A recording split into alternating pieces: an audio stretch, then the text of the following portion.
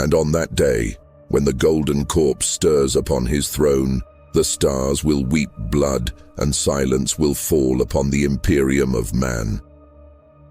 They whisper this prophecy in the underhalls of Terra, where the air tastes of dust and sanctified oil, where the light of the Astronomicon flickers for the first time in 10,000 years.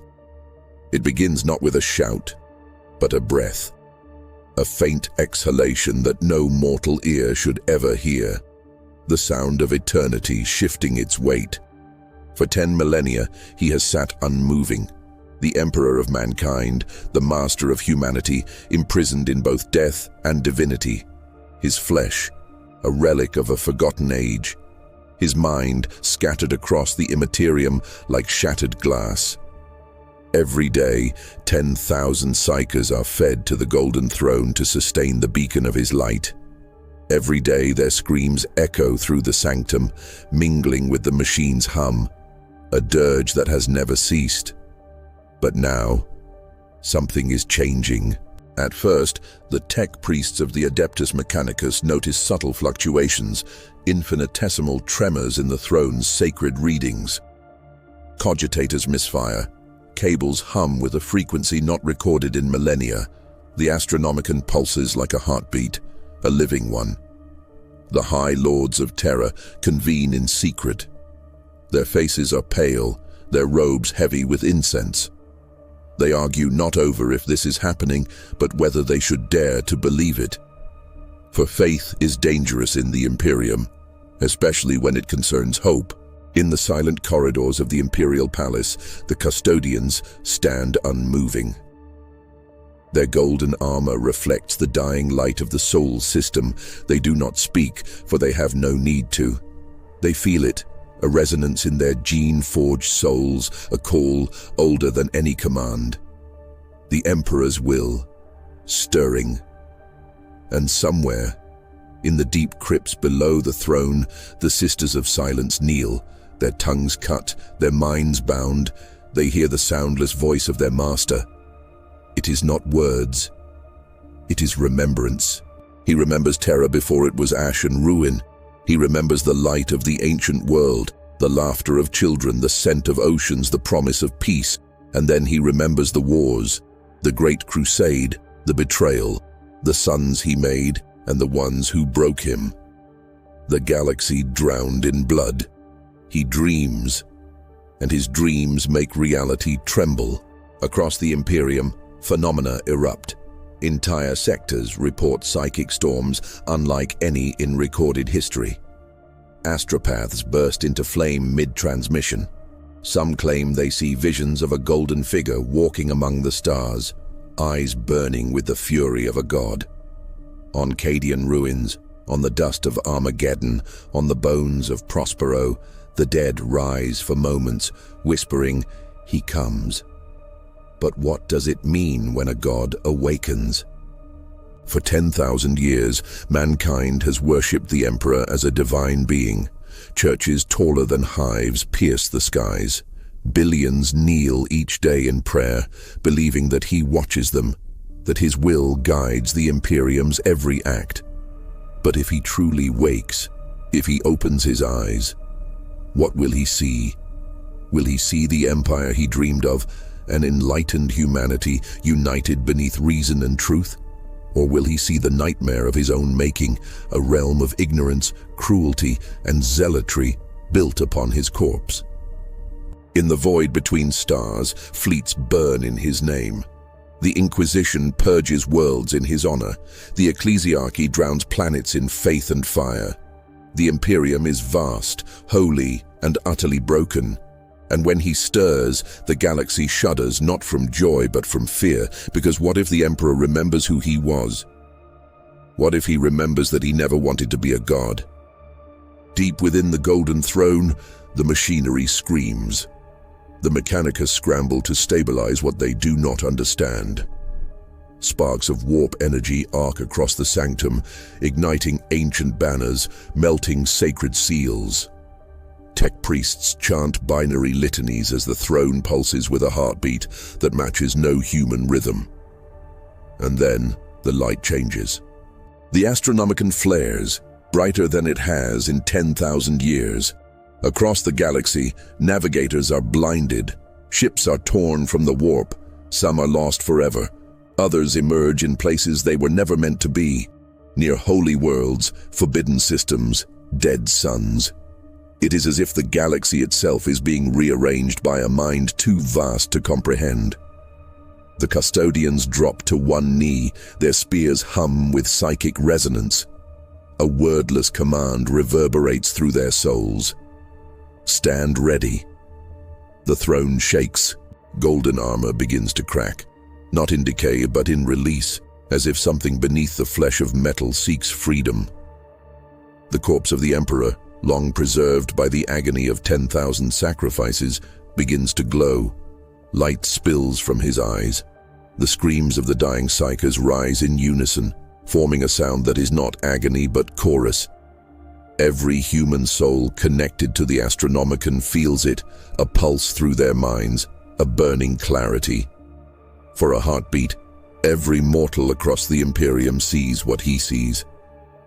And what he sees is horror. Hive cities choking on their own waste. Entire planets enslaved by faith in his name. Children sacrificed to keep his throne alive. He sees space marines warring with each other. Purity turned to madness. He sees saints burned for heresy and heretics crowned as prophets. He sees the endless grinding war and realizes that mankind has learned nothing. The light dims. A silence falls upon Terra so complete that even the machines dare not breathe. The Astronomicon flickers once, twice, and then stabilizes, stronger than before, but its tone has changed. The psychic beacon that once sang with serene constancy now beats with rhythm, emotion, will. In the outer systems, the Tyranid fleets hesitate. The Necron tombs stir uneasily. Even the ruinous powers, the dark gods of the warp, recoil, for something ancient moves that they cannot touch. But within the palace, chaos reigns. The High Lords demand answers. The Ecclesiarch screams that this is the second coming. The Inquisition divides, some calling it salvation, others heresy. The custodians remain silent, forming a golden wall around the throne, their eyes fixed on the shifting light, and then a voice, not thunderous, not divine, quiet, like wind across a graveyard. Where am I? The throne groans, metal bending under forces it was never meant to contain. The tech priests fall to their knees, their augmetics shorting from the sheer psychic weight of his awakening. One of them, Magos Veritus, keeper of the throne systems for 2 centuries, looks up just long enough to see the Emperor's face. It is not serene. It is not glorious. It is tired. He tries to speak, but blood fills his throat. His final words are a whisper lost beneath the machine's roar. He's not what we think. Outside, Terra's skies darken. Storms of psychic energy lash against the void shields. Millions of pilgrims collapse in prayer and terror. Some are blessed with visions, golden wings, burning eyes, cities of light. Others see only fire and ruin, the galaxy burning from within. On the moon, a lone astropath stares at the Astronomicon. It no longer guides, it beckons. In the warp, something screams, a sound like an empire breaking in half. And beneath the palace, in the forgotten catacombs where no man has walked since the age of apostasy, ancient doors begin to unlock, one by one. Seals burn away, vaults open, machines older than humanity whir to life, obeying commands written in a language no longer remembered. The Emperor's eyes open fully. For a moment, the galaxy halts. Every psyker feels it, a gaze that pierces time itself. The Astronomicon flares into a nova, washing the stars in gold. The warp recoils, and then he breathes in. The air burns. Reality folds. Somewhere far beyond the reach of mortals, 4 dark gods turn their attention toward Terra. And for the first time in eons, they hesitate. For the Emperor of mankind has awoken. But the being upon the throne is not what the Imperium remembers, not the God they built, not the savior they prayed to. He is something else, something older, something broken, something free. And as his gaze falls upon the galaxy he once built in the name of unity and reason, his first tear falls, not in sorrow, but in wrath. The Astronomican song changes, the light dims, and somewhere in the darkness between worlds, a whisper crawls through the minds of the faithful. The Emperor lives, but humanity may not survive his awakening. The light of the Astronomican fades from gold to ash. Its pulse slows, measured and irregular, like the heartbeat of a dying god. Across the void, the Imperium staggers. Warp routes collapse. Fleets drift blind between dead stars. Pilgrims scream his name, uncertain if it is in prayer or fear. In the shadow of the palace, a single guardsman kneels. His laser gun trembles in his hands as he watches the sky crackle with auroras of psychic flame. The banners of the Imperial Creed whip violently in the wind, their golden eagles burning to black. He murmurs the litanies of faith, but the words feel hollow now, as if the Emperor himself no longer listens. Within the Sanctum Imperialis, the High Lords argue in the dark. The light has failed, and their silhouettes twist against the marble like ghosts. The Lord Commander speaks of containment, the Ecclesiarch demands worship, and the Grand Inquisitor whispers of purges. They all fear the same thing, that the Emperor's silence is not death, but judgment. The custodians stand unmoving at the edge of the throne chamber. Their armor flickers with residual energy, gold veins glowing faintly under the surface. They have not spoken since he awoke. They do not need to. Their hearts beat to his rhythm now, irregular, vast, unknowable. In the cathedrals of Terra, billions gather. The sermons have changed. Once they praised his sacrifice, now they speak of his return. Choirs sing until their throats bleed, hoping to coax the light back into the sky. But beneath the hymns, heresy grows. A new creed spreads in whispers. The Emperor does not love us. He remembers us. On the forge world of Mars, the Omnissiah's priests gather before their sacred engines. The data screams in binary terror. Machines convulse in electric ecstasy. In the code archives, ancient scripts awaken, detailing a prophecy never meant for human eyes. When the machine god breathes, the flesh must burn. The Magi interpret it as renewal, others as extinction. Aboard the black ships, the psychers writhe, their minds filled with fragments of a voice too vast to bear. Some laugh until they die. Others gouge out their eyes, whispering that the Emperor has spoken, and that his words are not what the Ecclesiarchy has told them. In the void above Terra, the phalanx looms, the bastion of the Imperial fists.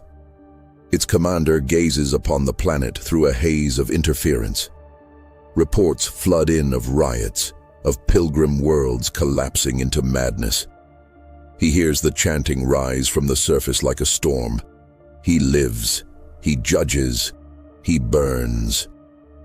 The Adepta Sororitas march through the lower hives. Their hymns echo off the steel walls, their armor blood-stained from the faithful they've had to kill. Heresy, they call it. But as they look upon the terrified faces of those who worship the Emperor's new voice, doubt festers in their hearts. For they too have felt it, that pulse of will, that presence no longer divine but human. The Inquisition fractures. Some call it the day of revelation, others the hour of the great lie. Interrogators burn archives, purging centuries of doctrine.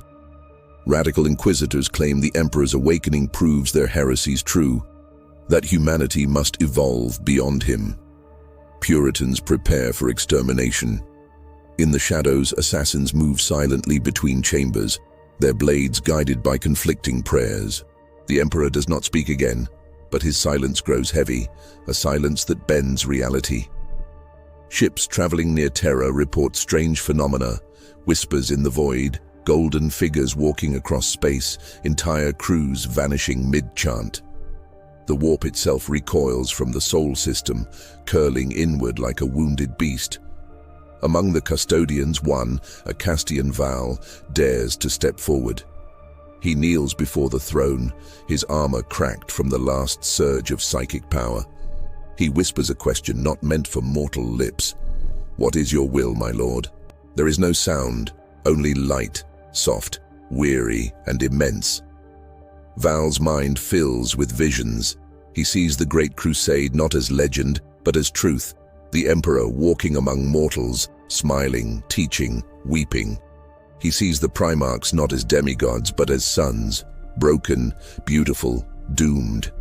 He sees the Imperium now, a carcass devouring itself, robed in faith he never desired. When the vision ends, Val's armor has turned black. His eyes glow faintly gold. He rises without emotion. The other custodians step aside. Something in him has changed, not corrupted, not blessed, but chosen. Word spreads through the palace. A custodian has spoken with the Emperor. The High Lords panic. The ecclesiarchy calls it divine favor. The Inquisition calls it treason. Val says nothing. He only gives a single order, whispered like the end of a prayer. Prepare for his return and his wrath. In the Segmentum Solar, fleets mobilize without command. Imperial ships, guided by instinct more than orders, converge toward Terra. Their captains claim dreams of light and ruin, of the Emperor calling them home. Entire chapters of Space Marines set course for the cradle of mankind, some in worship, others in fear. The Ultramarines fleet burns engines day and night. Guilliman watches the stars dim and feels a dread he cannot name. He had seen the Emperor once before, as light, as will. What comes now feels different. It feels alive. On holy Terra, riots become crusades. Millions die in the streets, shouting for salvation or destruction. The Ministorum loses control. New prophets rise, blind men screaming women, children with eyes of fire, all claiming to have seen him.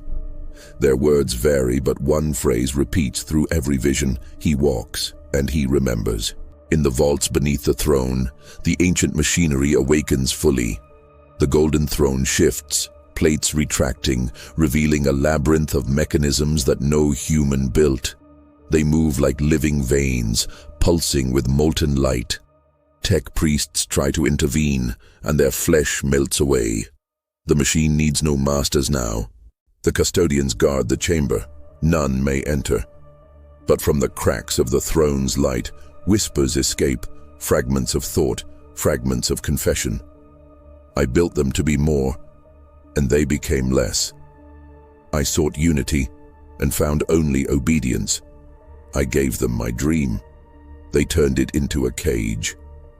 In orbit, a fleet belonging to the ecclesiarchy approaches. They broadcast hymns of praise so loud they shatter the comms of smaller vessels. They demand entry to the palace, claiming divine right. The custodians deny them. The fleet opens fire, the void ignites. For the first time in history, Imperial ships fire upon Terra.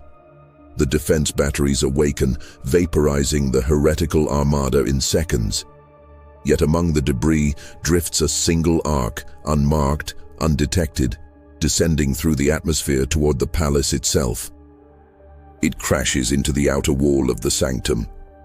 From its wreckage emerges a woman clad in tattered gold. A saint, they call her. Saint Celiane, long thought martyred on Vigilus. She walks through the flames untouched, her eyes twin suns. Her voice carries across the ruined courtyards. The Emperor speaks through me. He commands release. The custodians level their spears. The High Lords scream for her death. But before anyone can move, the air vibrates. The throne pulses once, a single heartbeat that shatters every window in the palace. Cillian falls to her knees, tears of light streaming down her face. "He remembers us all," she whispers. "Even those he burned." The ground quakes. The machine beneath the throne expands outward, cables tearing through the stone like roots through soil. The Astronomicon surges again, brighter, then darker, then different. Its beacon no longer points outward but inward, folding space around Terra. A storm blooms in the warp. Across the galaxy, psychers scream. The light that once guided them now pulls them, calls them. Systems vanish from contact as entire sectors are drawn toward the psychic vortex. The Imperium begins to collapse into itself, consumed by its own center. The Inquisition declares exterminatus on the outer hives, believing the Emperor's awakening a warp infection. The orders are ignored. Vox channels fill with prayers, cries, and static. None can tell faith from madness anymore. On the throne, the Emperor's eyes open once more, only for a moment. And in that moment, every soul in the Imperium feels it. The crushing, overwhelming truth. The Emperor has not awoken to lead them. He has awoken to end them. His mind touches billions of thoughts at once. He feels their fear, their corruption, their faith twisted into chains. He sees the Imperium for what it is, a monument to his greatest failure. The light from the throne fades to red. The custodians bow their heads. The High Lords fall silent. The Ecclesiarch's final prayer dies on his lips. The Emperor's voice, vast and weary, fills the chamber. "I gave you the stars, and you built a cage of faith. Now I will break it." The throne explodes in light. Reality bends, and far above Terra, the warp tears open, not in invasion, but in revelation. From its depths, something vast and golden begins to emerge, neither man nor god, but something in between. The Astronomicon burns out. The galaxy goes dark, and in the silence that follows, the last sound heard across all of mankind is a whisper, carried through the void. The Emperor is free, and the Imperium is his enemy. The galaxy burns in silence. Not the silence of peace, but of disbelief. A silence that lingers after prayers have failed. Stars flicker like dying candles, and the void itself seems to hold its breath. The Emperor is free, and mankind trembles beneath the weight of that freedom. On Terra, the skies are red. The throne is gone, vaporized in a storm of gold and blood. The palace lies in ruin, its towers collapsed under the pressure of divine rage. Yet amidst the wreckage, life stirs. The custodians move like phantoms, searching for their lord.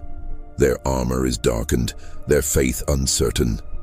They speak no vows now. They listen for the heartbeat of a god who no longer wishes to be found. Across the Imperium, reality fractures. Warp storms blossom where once the Astronomicon guided.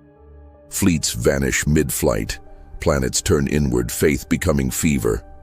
Priests proclaim 1,000 gospels, each claiming to know his new will. Some say he has risen to cleanse, others say he has abandoned humanity entirely. No two sermons agree, yet all end in blood. On a shrine world orbiting a dying sun, a sister of battle kneels before a shattered statue of the Emperor. Her name is Miria. Her armor is cracked, her hands burned from holding relics that no longer shine. Around her, the faithful riot, tearing each other apart in his name. She prays, not for victory, but for meaning. A voice answers, not from the heavens, but from within. "He never wanted your worship." She gasps, falling back. The voice is calm, sorrowful. It is not the Emperor. It is something else, something that remembers him. She sees visions of an age long past, the Emperor walking among mortals, unadorned, teaching truth, not faith.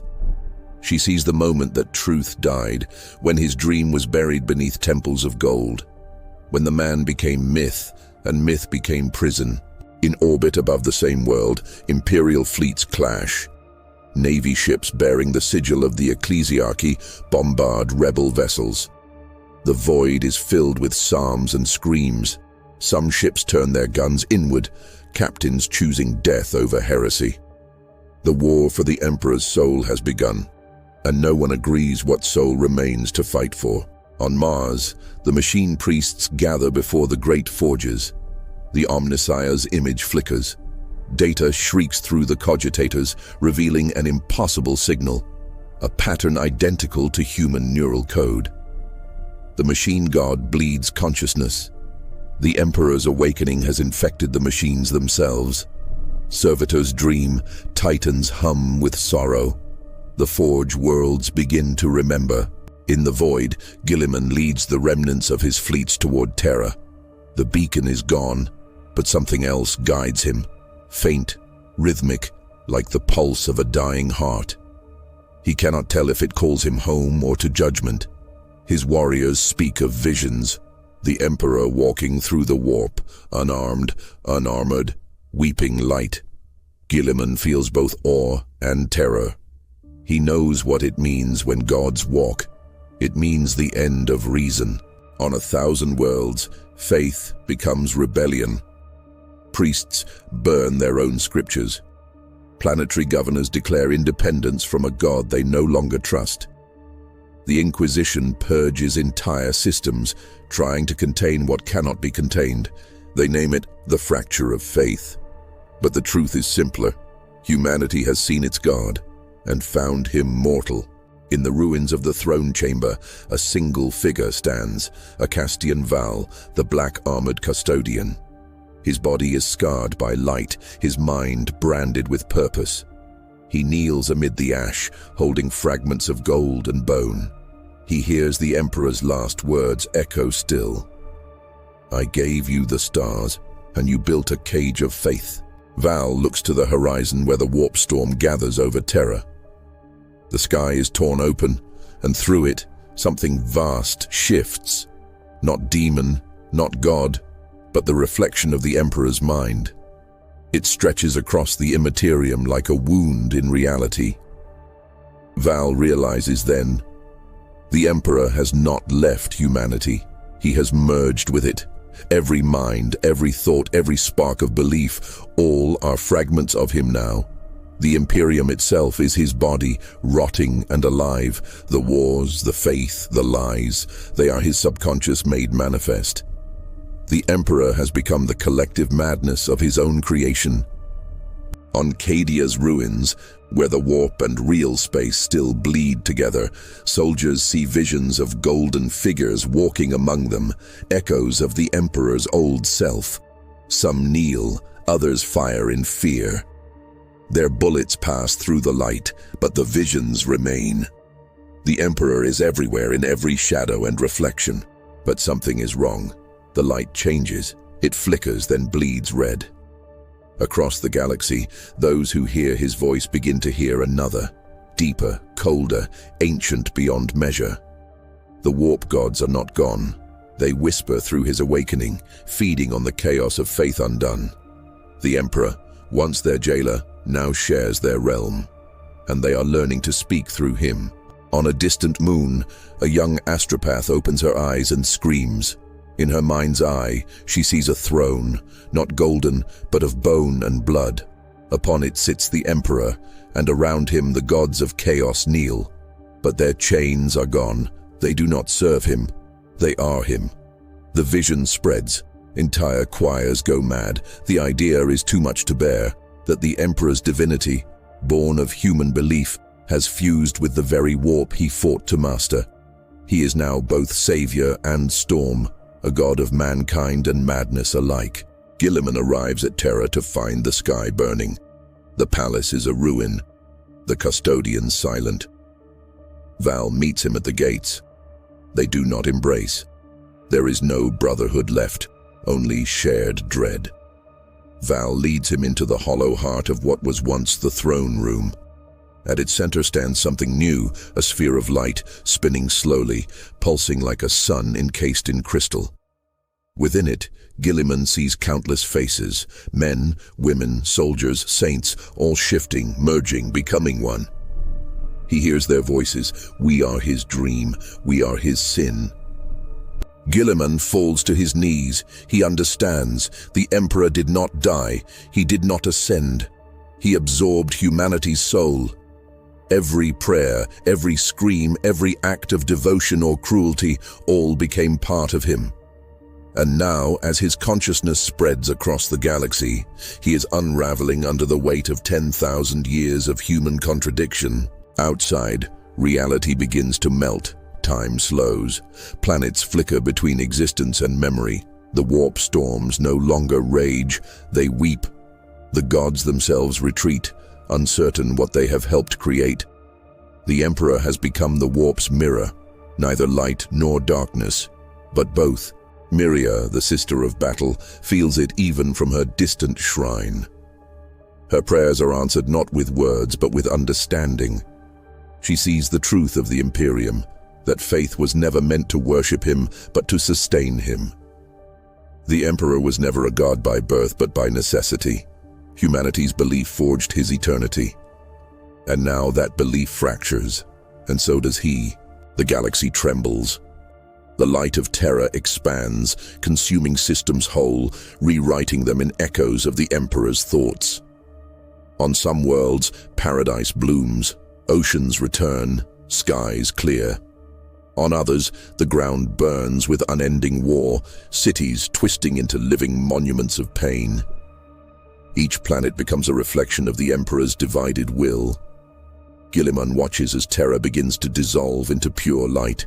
Val kneels beside him. They both know what must come. To save humanity, the Emperor must die, truly die. The dream must end. But how do you kill a god who is your species? Guilliman draws his blade. It glows faintly blue in the radiance. Val nods once, solemn. Together they step toward the sphere. Then the light shifts again, and the voices within begin to scream, not in fear, in awakening. A single figure steps from the radiance, shaped like the Emperor, but younger, unscarred, eyes human once more. He looks at them with sorrow and recognition. "You think I am free," he says softly, "but you do not see. I am not the Emperor you remember. I am what you made of him."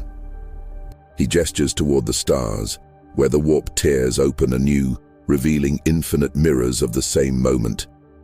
Every prayer, every act of faith, every whisper of his name created me, and countless others.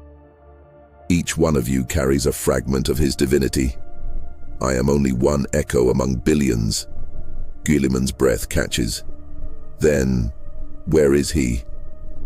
The figure smiles, a sad, broken smile. Everywhere you believed he was, and nowhere you wanted him to be. The sphere collapses inward, light folding into darkness. Terra trembles, reality screams. Across the galaxy, the faithful fall silent. The Emperor's image shatters in every chapel, every mind, and in that silence, the truth settles like ash. The Emperor did not return to save mankind. He returned because he was mankind, their faith, their rage, their sins given shape. And now that shape is breaking apart. The stars dim. The warp calms. The voice of the Emperor fades into a whisper that echoes across eternity. I am the dream you built, and the dream you destroyed. Somewhere, deep in the void, a new light stirs. Faint, defiant, human. Not divine, not perfect, just alive. The galaxy exhales, and in that breath, the long night begins anew. The galaxy holds its breath. The Emperor's light is gone, but its shadow remains, vast, sentient, and wounded.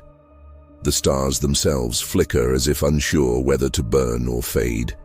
Entire systems drift between dream and memory, their skies caught in a golden dusk that never ends. On the ruins of Terra, the air hums with static prayer. The palace is nothing but ash and echo, yet still they come. Pilgrims, soldiers, priests, each crawling through the dust in search of salvation.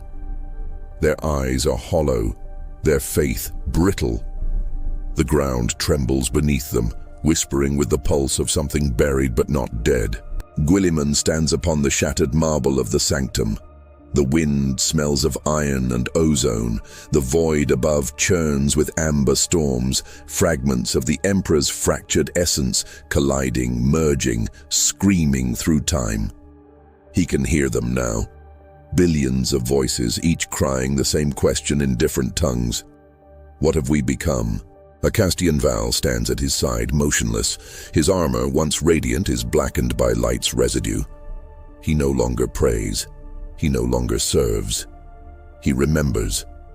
That is all that remains. He turns his gaze toward the horizon where the warp bleeds into the real. He can see shapes moving there. Echoes of the Primarchs, spectral and incomplete, watching their father's grave with the silence of the damned. On distant worlds, the consequences unfold like rot beneath gold leaf.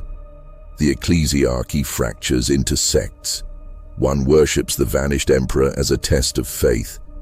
Another declares that the emperor's death freed mankind from divine tyranny.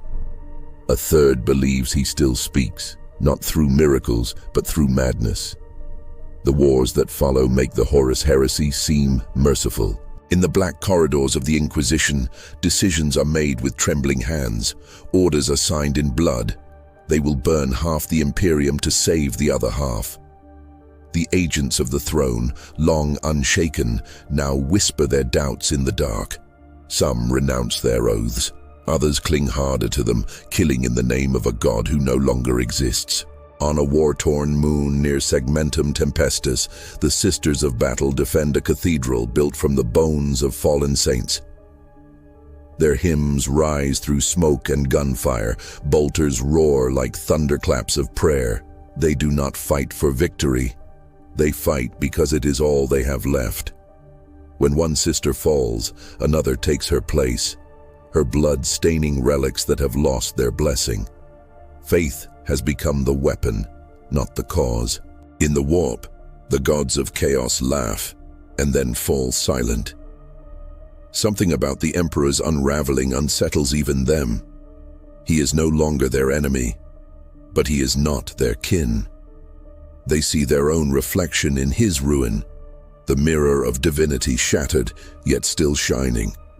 For the first time since creation, the Imperium feels fear. On the deck of the flagship Indomitable Will, Guilliman calls a council. The surviving lords, generals, and psychers gather. Their faces are pale, their eyes hollow. None speak of victory, none dare hope.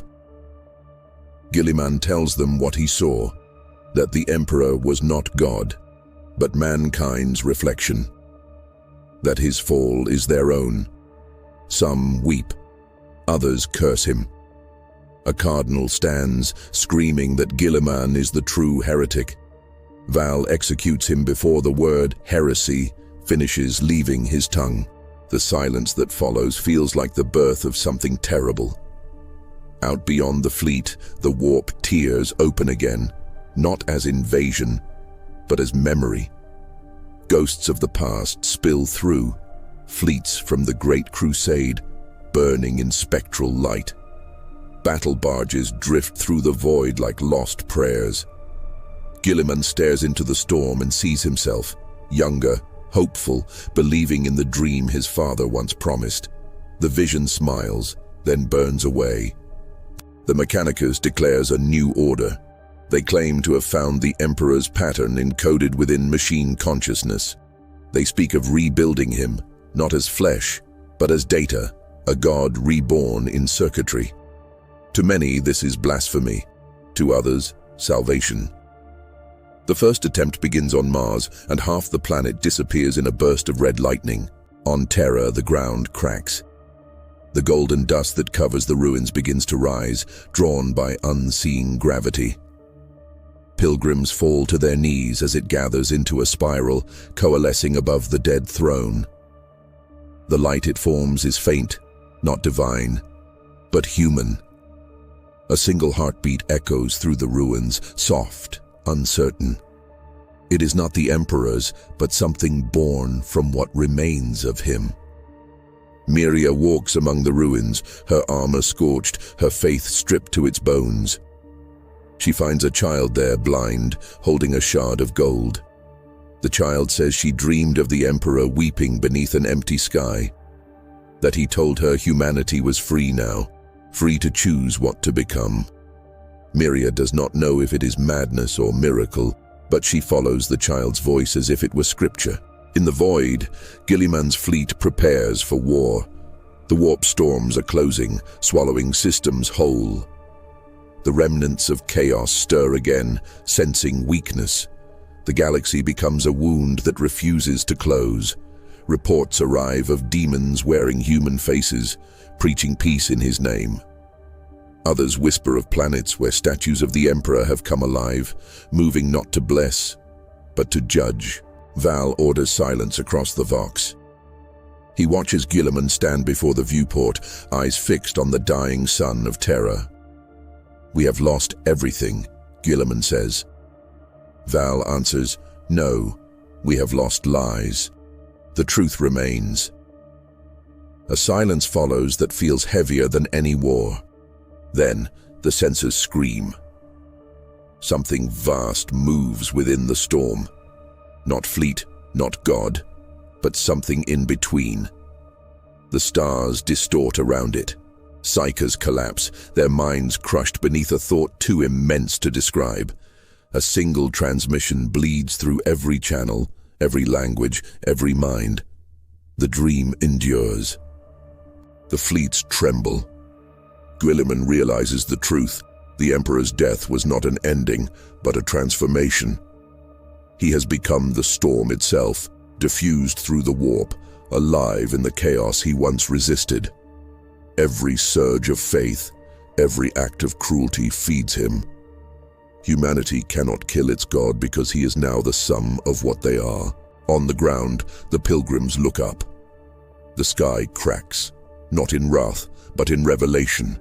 A shape forms within the light, vast, radiant, impossible. It stretches across the horizon, faceless, infinite. The people fall in worship.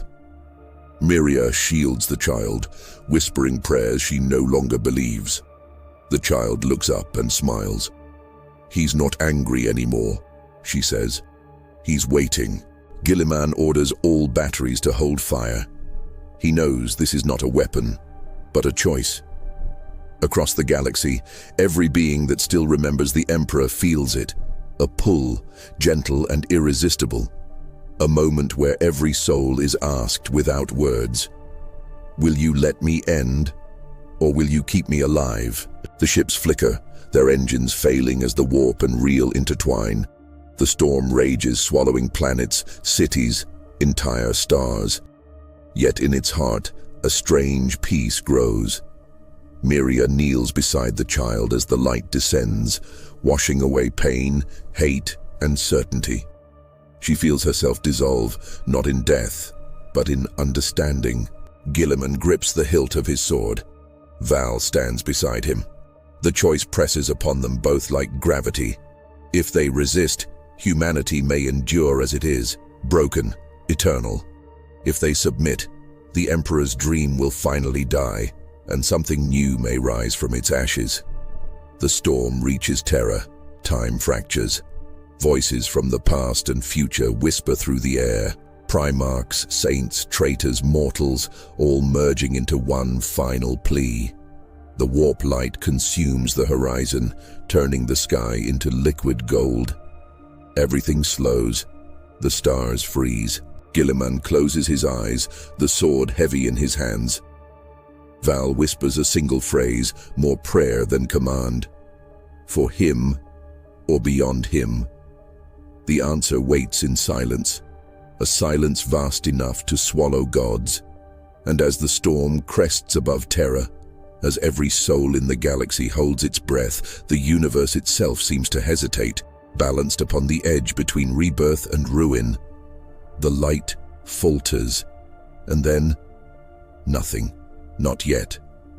The storm broke. Not with thunder, but with light, a light so absolute that it erased shadow, truth, and name. The galaxy screamed as one. Planets split. Oceans boiled into clouds of gold.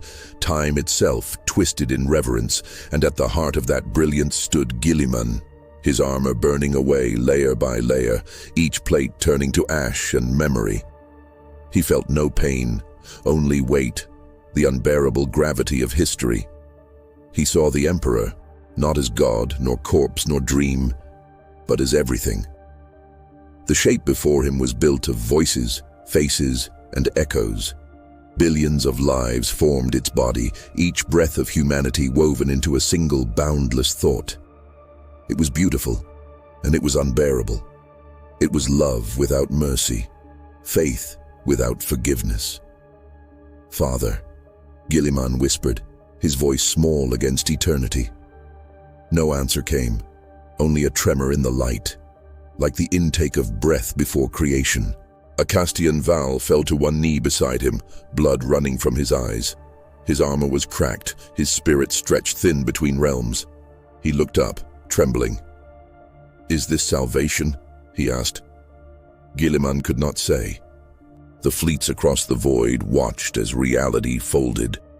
Every transmission died, every machine went still. Even the Mechanicus fell silent, their binary hymns fading into static prayer. The Emperor's presence pulsed through them all, through metal and flesh alike, stripping away titles, lies, and illusions. For a heartbeat, there were no gods, no lords, no monsters, only mankind, naked before its own creation. And then it began. The storm screamed, the warp flayed itself open, bleeding light and shadow. From within came legions, demons reborn in new forms, their bodies sculpted by mortal faith. They no longer bore the banners of chaos, but of the Emperor, a twisted parody of devotion. They marched as angels, wings of fire, faces radiant with divine corruption. Each whispered his name as they burned cities into ash. On the ground, the Sisters of Battle stood their final stand upon the steps of the dead throne. The air was molten prayer. The enemy wore halos. Las fire carved sanctified patterns through the smoke. Every shot, every cry was a psalm. Miria led them, her voice hoarse, her heart hollow. She no longer prayed for victory, she prayed for understanding. And in that prayer, she felt something stir within her. Not the Emperor, but the echo of all who had ever believed. She realized faith had never been about gods. It had been about each other. She raised her blade. Around her, the sisters fought in silence now. No hymns, no orders, only the sound of hearts breaking beautifully. Above Terra, Guilliman gave the order. All fleets, fire upon the light. The command fell like a death knell. Macro cannons roared. Plasma storms tore through the void. Titans on the surface turned their guns toward the sky, firing into heaven itself. The light fractured once, twice, but did not die. It only screamed louder. Through the rupture, a figure descended, vast, radiant, crowned in flame. The Emperor, or the idea of him, or perhaps the memory of what humanity needed him to be. He walked through the ruin of his own world, each step leaving molten glass where faith once stood. Guilliman fell to one knee, tears burning his cheeks. "You were never meant to wake," he said. The Emperor's eyes opened. They were infinite, filled with every death, every hope, every lie ever spoken in his name. When he spoke, it was not with words, but with the voice of existence itself. "I did not wake. You brought me back." Guilliman's heart stopped. The truth burned like a sword through his soul. Humanity's belief had not saved him. It had trapped him, rebuilt him from their fears, their need for order. The Emperor had become their cage. The light flickered. The demons screamed. The warp convulsed as the realization spread through creation. Miria fell to her knees amid the firestorm. The child beside her, blind, calm, held the shard of gold up to the burning sky. "He doesn't want to be a god," she whispered. "He wants to rest." The shard shattered. Everywhere the light began to dim. The demons faltered. The banners of false divinity burned away. The fleets went silent as instruments of war turned to relics of peace. Guilliman felt the power draining from his veins. His father's presence began to fade, not in defeat, but in release. The Emperor's form grew transparent, dissolving into golden dust. His last thought brushed across every soul still alive. "Remember me as a man." The storm collapsed inward. The warp screamed one final time, not in rage but in sorrow. And then it was gone. Only silence remained. The sky over Terra was black again, littered with quiet stars. Half the planet was gone. The rest lay in ruin. The throne was nothing but shadow and bone. The light that once crowned humanity had flickered out, not extinguished, but at peace. Guilliman awoke among the ruins. His armor was gone. His sword lay broken beside him. Val was dead, his body kneeling in eternal prayer. The air was still, heavy with ash. He walked through the remains of the sanctum, his footsteps echoing through centuries of devotion. He saw the bodies, soldiers, priests, sisters, all lying as if asleep. Their faces were peaceful. Some even smiled. In the distance, Miria knelt beside the child's body. The shard of gold was gone. She looked up at Guilliman, her voice barely a whisper. Was it worth it? He didn't answer. He couldn't. He only looked to the sky where the storms had been and felt a vast absence, not terrifying but tender. The kind of quiet that follows a confession long overdue. Days passed. Weeks, maybe. Time no longer mattered. The survivors began to rebuild, not in the Emperor's name, but in their own. They spoke less of gods and more of each other. On Mars, the Mechanicus mourned in binary hymns. On distant worlds, astropaths found silence where once there had been endless screaming. The warp itself had changed, calmer, thinner, like a fever finally broken. Guilliman stood alone at the edge of what had once been the Golden Throne. The dust glimmered faintly, as if remembering light. He knelt and placed his hand upon it. "I understand now," he said softly. "We were never meant to serve perfection, only to strive for it." The wind carried his words away. Far above, the stars began to move again, slow, uncertain but alive. Humanity's first dawn without divinity. The galaxy was still wounded, still burning, but beneath the ruin lay possibility. And deep in the silence where the Emperor had been, something stirred, not divine, not monstrous, merely human. The spark that had built empires, committed heresies, and reached for heaven even as it fell. It was small, fragile, almost invisible, but it was enough. The child's voice echoed faintly through the void, carried by memory alone. "He's waiting." And for the first time in 10,000 years, the galaxy did not tremble in fear. It simply breathed. The light did not return. It was not needed. The galaxy slept beneath its scars. The fires of the last war had gone cold, leaving only silence, deep, infinite, and strangely gentle. Stars drifted like embers through the void, their light muted by dust and memory. The Emperor was gone. The throne was gone. Even the idea of godhood had dissolved into the air, leaving mankind alone for the first time since it learned to fear the dark. On Terra, the air still shimmered faintly with the echo of what had been, the residue of holiness, or the memory of it. The palace was a grave now, its walls open to the wind. Where once the Astronomicon had burned with the fury of faith, there was only stillness.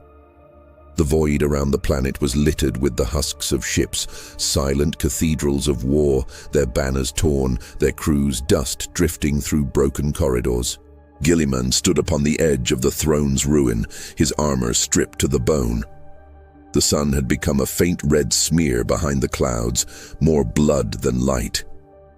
He felt the planet beneath him breathe, slow and tired. He wondered if this was what peace felt like.